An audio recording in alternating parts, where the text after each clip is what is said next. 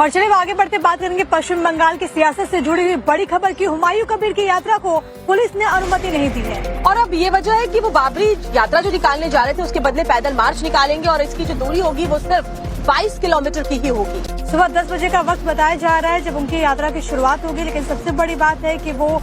जिस तरीके से उनका मन था कि वो यहाँ पर बाबरी यात्रा निकालेंगे, पुलिस की तरफ से अनुमति नहीं मिली, जिसके बाद वो खुद पैदल चलते हुए यात्रा निकालने वाले हैं सुबह 10 बजे। 256 किलोमीटर यात्रा की इजाजत उन्होंने मांगी थी, लेकिन उन्हें सिर्फ 22 किलोमीटर की पदयात्रा की इजाजत मिली है, यानी कि बाबरी यात्रा नहीं बल्कि अब पैदल मार्च वो 22 किलोमीटर का ही निकाल पाएंगे।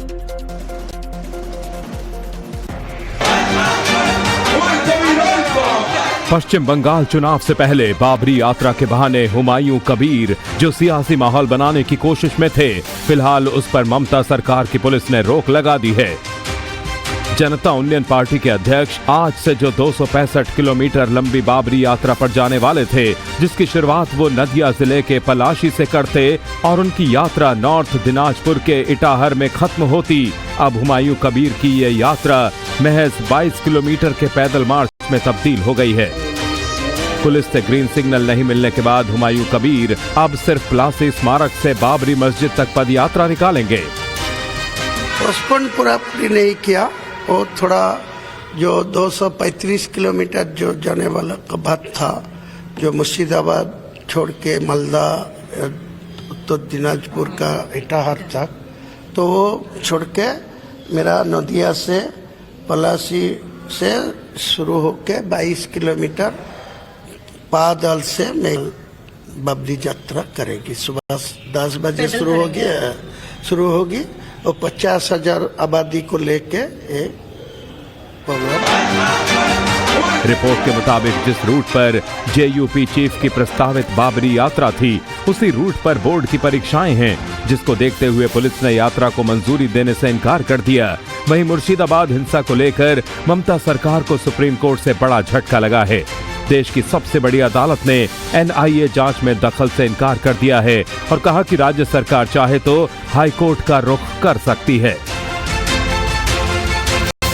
और चलिए आगे बढ़ते बात करेंगे पश्चिम बंगाल की सियासत से जुड़ी हुई बड़ी खबर की। हुमायूं कबीर की यात्रा को पुलिस ने अनुमति नहीं दी है और अब ये वजह है कि वो बाबरी यात्रा जो निकालने जा रहे थे उसके बदले पैदल मार्च निकालेंगे और इसकी जो दूरी होगी वो सिर्फ 22 किलोमीटर की ही होगी। सुबह 10 बजे का वक्त बताया जा रहा है जब उनकी यात्रा की शुरुआत होगी, लेकिन सबसे बड़ी बात है कि वो जिस तरीके से उनका मन था कि वो यहाँ पर बाबरी यात्रा निकालेंगे, पुलिस की तरफ से अनुमति नहीं मिली, जिसके बाद वो खुद पैदल चलते हुए यात्रा निकालने वाले हैं सुबह 10 बजे। 256 किलोमीटर यात्रा की इजाजत उन्होंने मांगी थी, लेकिन उन्हें सिर्फ 22 किलोमीटर की पदयात्रा की इजाजत मिली है, यानी कि बाबरी यात्रा नहीं बल्कि अब पैदल मार्च वो 22 किलोमीटर का ही निकाल पाएंगे।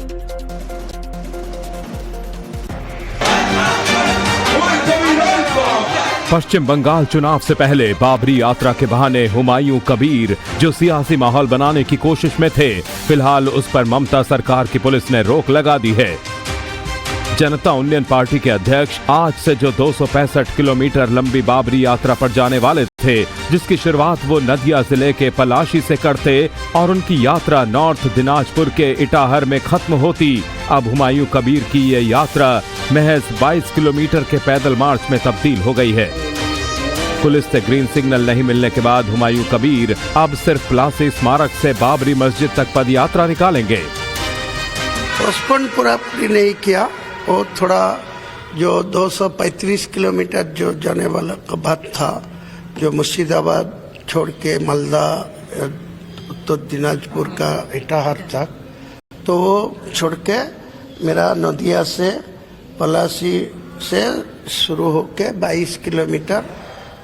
पैदल से मैं बाबरी यात्रा करेगी। सुबह 10 बजे शुरू होगी और 50,000 आबादी को लेके एक रिपोर्ट के मुताबिक जिस रूट पर जेयूपी चीफ की प्रस्तावित बाबरी यात्रा थी, उसी रूट पर बोर्ड की परीक्षाएं हैं, जिसको देखते हुए पुलिस ने यात्रा को मंजूरी देने से इनकार कर दिया। वहीं मुर्शिदाबाद हिंसा को लेकर ममता सरकार को सुप्रीम कोर्ट से बड़ा झटका लगा है। देश की सबसे बड़ी अदालत ने एनआईए जांच में दखल से इनकार कर दिया है और कहा कि राज्य सरकार चाहे तो हाई कोर्ट का रुख कर सकती है।